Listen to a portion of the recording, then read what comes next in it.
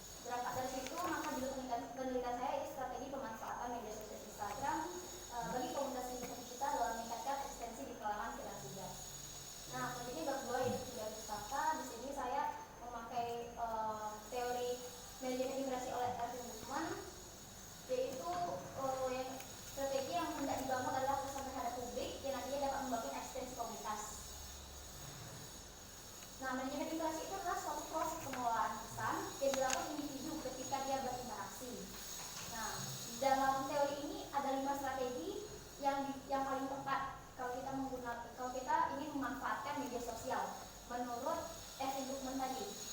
Nah, tapi di sini dalam Ramadan 2021 yaitu pertama itu strategi pingration yaitu menyenangkan orang lain, yang kedua strategi self promotion atau promosi diri, yang ketiga strategi exemplification sebagai contoh, yang keempat strategi supplication yaitu melemahkan diri, yang kelima strategi intimidation yaitu menguatkan diri.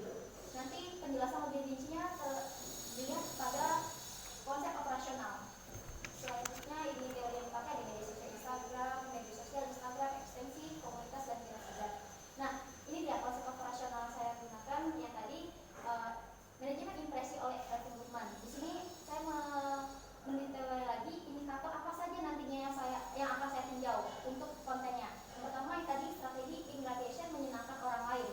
Nah, contoh kontennya nanti memberi salam, bersimpati, mengucapkan terima kasih dan mengapresiasi. Ini bisa dilakukan mungkin melalui dari ucapan selamat hari pahlawan seperti itu, ataupun mungkin bersimpati, menggalang dana gitu. Dan selanjutnya itu strategi self promotion atau mempromosikan diri. Di sini menunjukkan prestasi maupun hasil kegiatan yang sukses. Seperti kita lihat tadi pada potret kegiatannya, mereka telah cukup sukses. Buktinya sudah membuka 2 cabang komunitas di kota besar dan juga sempat diliput juga oleh berita-berita dalam prestasi mereka itu. Selanjutnya itu strategi exemplification yaitu memberikan contoh kepada audiens. Jadi di sini itu mengajak aksi kemanusiaan agar para followersnya tadi, yaitu khususnya ini para generasi Z, untuk ikut terjun langsung ke lapangan, yaitu entah menggalang dana ataupun membantu pemerataan pendidikan atau ada namanya Raja Asa. Dan tidak hanya untuk kepentingan orang banyak, bukan untuk kepentingan individu dari komunitas, tapi dalam kepentingan orang banyak, membantu orang banyak. Selanjutnya yang keempat itu strategi supplication atau melemahkan diri, menyatakan kelemahan, ketidakmampuan, adanya keluhan, meminta bantuan kepada pihak lain.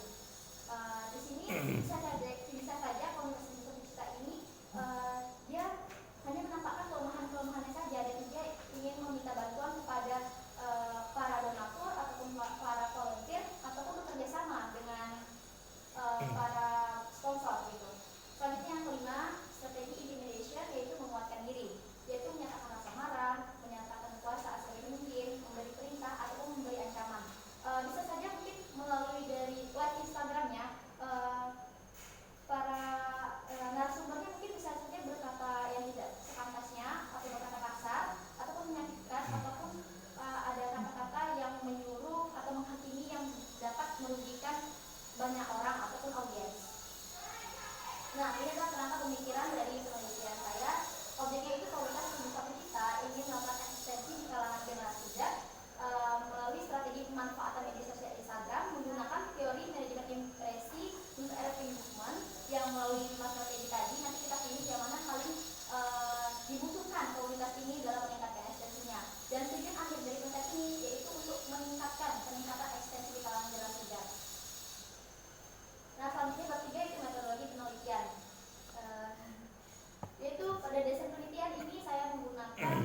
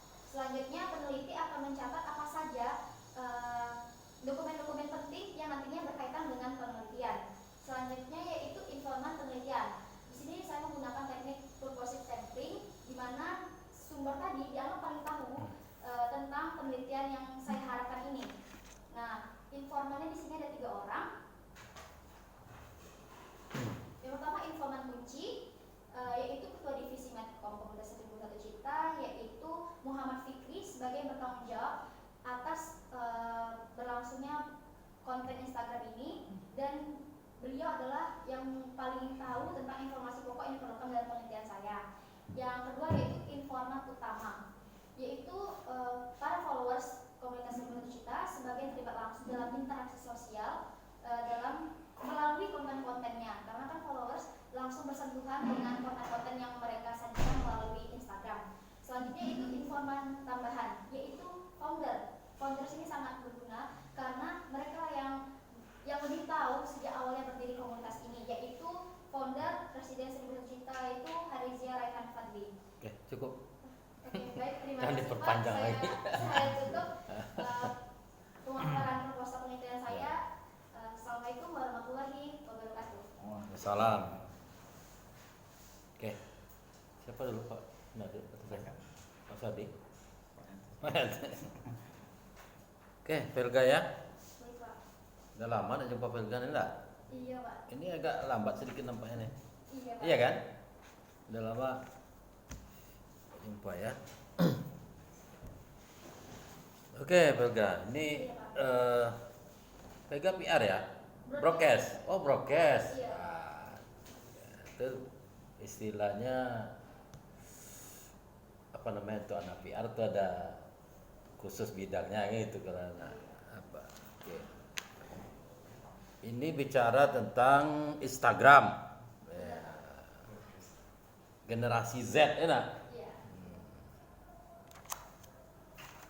Ini memang Instagram ini yang penggemarnya generasi Z ini atau orang umum? Nah, kita balik lagi pada pengertian generasi Z itu adalah Usia, orang kan? yang lahir dari tahun 1995 sampai 2010 yang langsung bersentuhan langsung pada teknologi, yang cakap menggunakan teknologi, yang produktif menggunakan teknologi. Ya, berarti kan dianggap komunitas yang ini memang orang yang kategori ini yang banyak Benar Pak, di karena 1001. mulai dari founder, pengelola maupun volunteernya itu Ya, pengurusan itu langsung remaja. ya. Ya, menarik penelitian ini. Cuma dalam penelitian yang seperti ini kita sering terjebak antara meneliti orang, meneliti konten. Orang itu bisa dibagi dua, pengelola atau followernya, pengikutnya. Nah, itu sering terjadian ya. Kalau yang saya tangkap tadi, kalau nengok yang diwawancarai, seolah-olah ini ingin meneliti tentang pengelola konten, pengelola Instagram, ya kan? Tapi kalau nengok strategi ini, yang dilihat tadi konten, seolah-olah ingin melakukan penelitian tentang kontennya. Sekarang Velga ini ingin meneliti pengelola konten, bagaimana mengelola konten, atau ingin meneliti isi kontennya. Apa ini sebenarnya? Saya mau luruskan aja. Oke Pak. Baik Pak. Di sini yang mau diteliti sebenarnya kontennya itu Pak. Nah, kontennya tadi itu kan balik lagi dari latar belakangnya tadi, supaya komunitas ini meningkatkan ekstensinya tadi, tentu perlu adanya strategi kan Pak, supaya kontennya menarik, supaya banyak yang mengikuti. Jadi perlunya kita strategi apa yang cocok untuk. Betul. Ya, saya paham. Tapi dalam meneliti ini ada dua nanti. Kita meneliti pengelola konten, atau kita meneliti kontennya saja. Nih contohnya, kita meneliti surat kabar, kita meneliti berita yang ada di surat kabarnya, atau meneliti orang yang menulis berita di surat kabar itu, wartawannya. Yang ini pilih dulu, karena ini dua penelitian yang berbeda. Apakah akan meneliti murni kontennya aja, dilihat tuh Instagramnya semua, kemudian dilihat dengan indikator pemanfaatan media sosial ini, kata-katanya, gambarnya, cara apanya itu ya, tampilannya, kemudian nengok like dan sebagainya itu. Nah sekarang Velga ini mau neliti tentang murni konten yang dibuat di Instagram ini, kontennya aja nih, misalnya konten itu ada 100, nanti diambillah konten itu sampelnya berapa misalnya, 20 misalnya kan. Itu yang akan diteliti. Jadi diambil konten, diteliti, atau ingin meneliti bagaimana pengelola membuat konten itu. Nah ini itu berbeda, karena kalau konten, analisis konten, itu berbeda lagi nanti teori yang akan digunakan. Metode penelitiannya berbeda lagi. Kalau ingin mewawancari bagaimana orang tuh membuat kontennya seperti yang dikatakan tadi, nah, itu mewawancarai adminnya misalnya, itu kita tidak menganalisis konten, tapi bagaimana orang mengelola konten itu. Nah itu harus diluruskan dulu karena itu berbeda. Analisis konten lain lagi, kita betul-betul konten. Ibaratnya itu tadi saya katakan, kita meneliti surat kabar, kita meneliti berita yang udah dibuat orang itu. 100 berita kita ambil 10 misalnya, atau 15 atau 20. Kita telitilah semua berita-berita itu. Kalau di ini kita ambil semua muatan di dalam Instagram itu, kita teliti isinya itu. Tapi kalau kita meneliti orangnya, bagaimana mengelola Instagram ini? Oh kami begini memasukkan unsur ini. Itu mengelola pengelolanya. Kita meneliti pengelolanya, adminnya, bagaimana mereka membuat kontennya. Tapi kalau analisis konten, kita meneliti konten yang sudah ada di Instagram itu. Sekarang maksud saya Pega tuh ingin luruskan yang mana sekarang mau diteliti.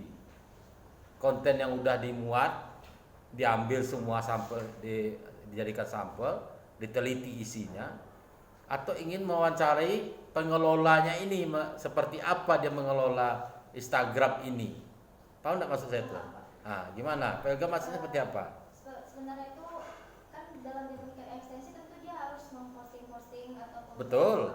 Nah, jadi Pelga tuh mau meneliti bagaimana dia mengelola dan hasilnya itu seperti apa. Ternyata kalau dia mengelola kontennya itu kurang tepat strateginya, ternyata dampak itu kontennya sedikit. Berarti kan meneliti pengelola.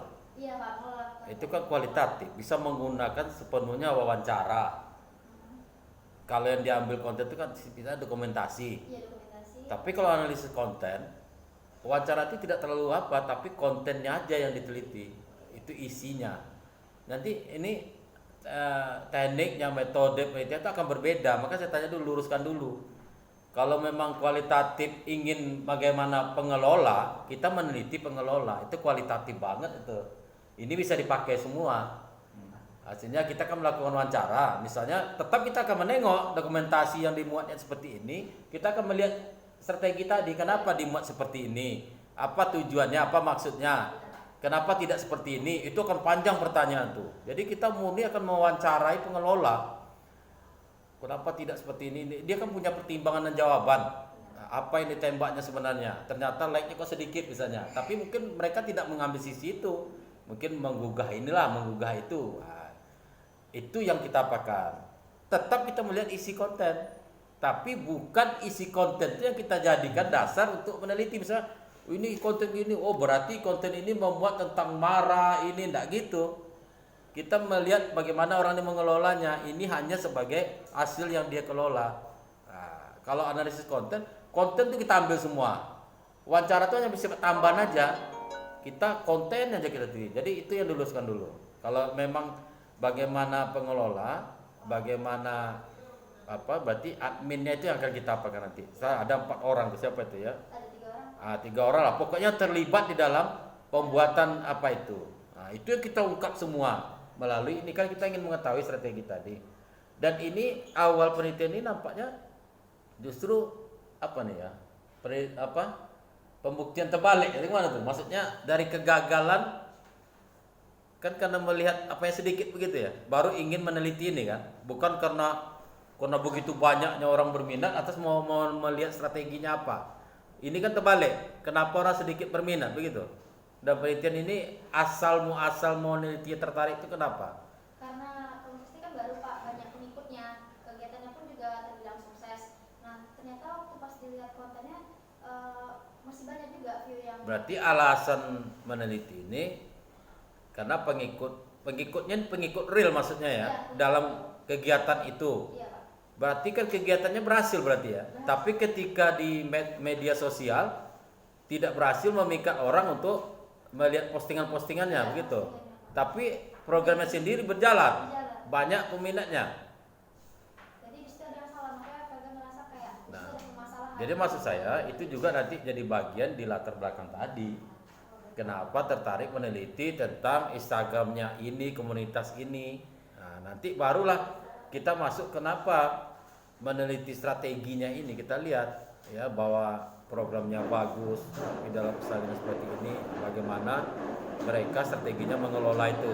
Jadi kita ingin menemukan di mana letak salahnya itu sebenarnya kan. Itu tadi. Jadi berawal dari kita melihat ada perbedaan yang seharusnya orang ramai berminat, seharusnya Instagramnya juga diminati orang kan begitu. Ya, itu kan. Nah, itu saya rasa cocok lah tuh judulnya dengan eksistensi kan. Bagaimana dia mempertahankan eksistensinya. Jadi itu tadi, saya perlu luruskan itu tadi supaya jangan salah. Karena kalau analisis kontennya yang kita teliti. Kalau kita meneliti itu tadi, nah di latar belakang itu itulah saya minta lebih banyak fenomena itu tadi diungkapkan. Kenapa kita tertarik? Pertama tentu prestasinya itu. Ternyata di banyak pengikut udah berdiri sekian apa, banyak kegiatan banyak begini ya. Nah, kemudian paparkanlah tadi tampilan-tampilan di Instagram itu. Tapi kita lihat Instagramnya seperti ini dengan mengapa seperti ini, sering apa yang tidak banyak begitu apa. Nah, itu alasan-alasan kita kenapa kita mengambil judul dan tertarik untuk meneliti ini. Tentang komunitas ini juga bisa diceritakan. Kemudian saya rasa ini cukup jelas juga nih kerangka pikir. Tapi di kerangka pikir kamu harus buat seperti siapa tadi?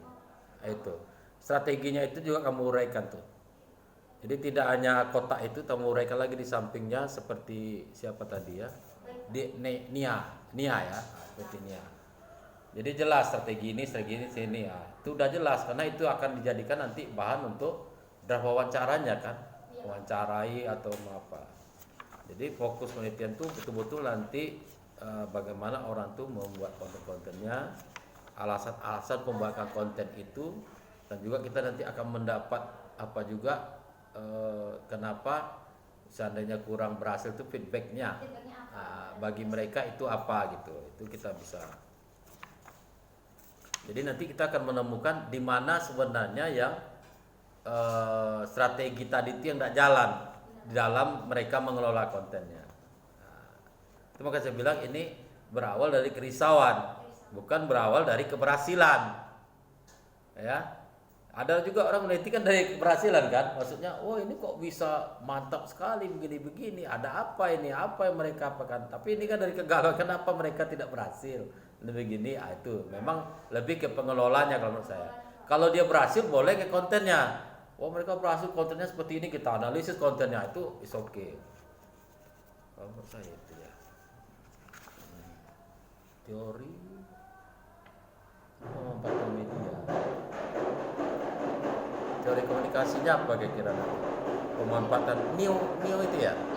New media ya? New media ya? Kalau ini new media. Ketemu itu ya konsepnya ya? Sepertinya itu new media ya. Kalau untuk ya saya rasa kalau itu cukup kan. New media itu beda dengan radio tadi. Dia elektronik. Itu tadi ya, jadi kerangkanya ditambahkan, dilengkapi. Indikator mungkin udah ada di apanya ini kan. Apa itu self promotion, apa itu udah ada di sini kan. Dibuat di sini. Jadi jelas tinggal di kerangka pikirnya buat aja itunya. Yang self promotion apa itu di sampingnya itu ditambahkan aja Pak.